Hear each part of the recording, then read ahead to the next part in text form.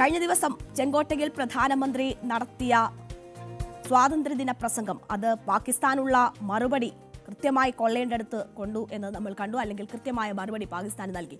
പക്ഷേ അദ്ദേഹം ഒരുപാട് കാര്യങ്ങൾ പറഞ്ഞു. ഒരുപാട് യുവാക്കളെ കരുതുന്നതിൻ്റെ കാര്യം, ഒപ്പം തന്നെ GSTയിൽ വരാൻ പോകുന്ന ഇളവ്, അങ്ങനെ പ്രതീക്ഷ നൽകുന്ന ഒരുപാട് കാര്യങ്ങൾ ഉണ്ടായിരുന്നു. എങ്കിൽ പോലും ഏറ്റവും രാഷ്ട്രീയമായി ചർച്ചയാകുന്നതും വിവാദമാകുന്നതും RSSനെ ചെങ്കോട്ടയിലെ പ്രസംഗത്തിൽ പ്രധാനമന്ത്രി പരാമർശിച്ചതാണ്. മാത്രവുമല്ല, അവരുടെ സേവനങ്ങളെ പ്രശംസിച്ചതാണ്. 100 വർഷത്തെ മുൻപ് രൂപം കൊണ്ട RSS ലോകത്തെ ഏറ്റവും വലിയ NGO ആണെന്നും 1 നൂറ്റാണ്ടായി RSS നമ്മളെ പ്രചോദിപ്പിക്കുന്നു എന്നുമായിരുന്നു പ്രധാനമന്ത്രിയുടെ വാക്കുകൾ.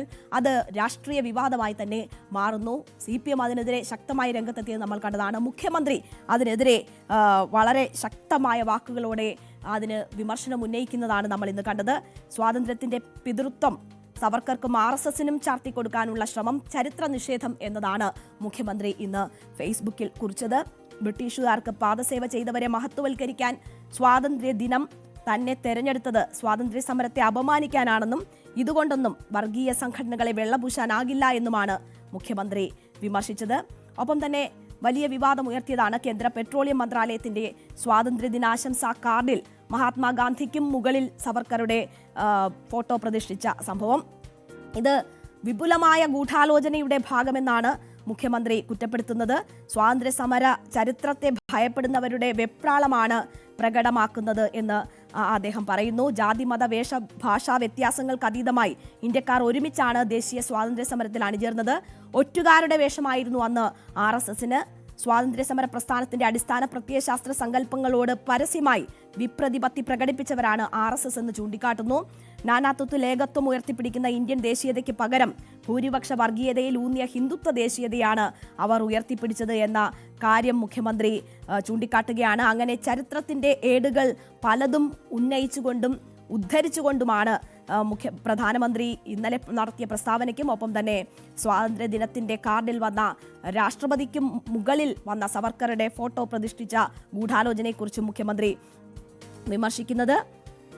1947 ഓഗസ്റ്റ് 15 സ്വാതന്ത്ര്യദിന ആഘോഷങ്ങൾ ബഹിഷ്കരിക്കുവാനാണ് ഇവർ തീരുമാനിച്ചിരുന്നത് എന്നത് ചൂണ്ടിക്കാട്ടുന്നു. ഇതേ സവർക്കറെയാണ് മഹാത്മാഗാന്ധിക്ക് പകരം സ്വാതന്ത്ര്യസമര നായകനായി സംഘപരിവാർ എഴുന്നള്ളിക്കുന്നത്.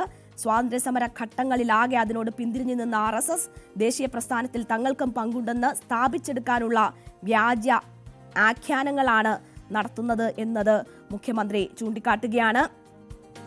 ഒപ്പം ഓഗസ്റ്റ് 14 വിഭജന ഭീതി ദിനമായി ആചരിക്കാനുള്ള ഗവർണറുടെ നീക്കം, പ്രധാനമന്ത്രിയുടെ തന്നെ പ്രസ്താവന ഏറ്റെടുത്തുകൊണ്ട് ഗവർണർ സംസ്ഥാനത്ത് നടത്തിയ നീക്കമുണ്ട്. അതിനെതിരെയും ശക്തമായി മുഖ്യമന്ത്രി പ്രതികരിക്കുന്നു. അങ്ങനെ ആഹ്വാനം ചെയ്തവർക്ക് സ്വാതന്ത്ര്യദിനത്തോട് എന്ത് മതിപ്പാണുള്ളത് എന്ന ചോദ്യം മുഖ്യമന്ത്രി ചോദിക്കുകയാണ്. വെറുപ്പിന്റെയും വർഗീയതയുടെയും കലാപങ്ങളുടെയും വിഴുപ്പ് ഭാരമാണ് RSS പേറുന്നത് എന്നത് മുഖ്യമന്ത്രി ചൂണ്ടിക്കാട്ടുന്നു.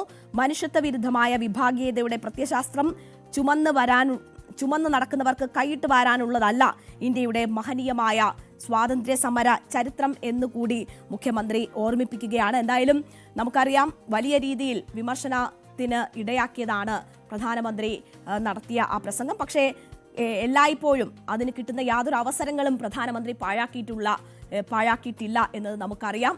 അപ്പോൾ അത് സ്വാഭാവികമായും അവരുടെ ഭാഗത്തു നിന്ന് കുറേ നാളായി നടത്തിക്കൊണ്ടുവരുന്ന പ്രവർത്തനങ്ങളുടെ ഭാഗമാണ്. പുതിയ ചരിത്രം കൂട്ടിച്ചേർക്കാനുള്ള നീക്കത്തിന്റെ ഭാഗമാണ്. അതിൽ കൃത്യമായി പ്രതിരോധം തീർക്കുകയാണ് CPM.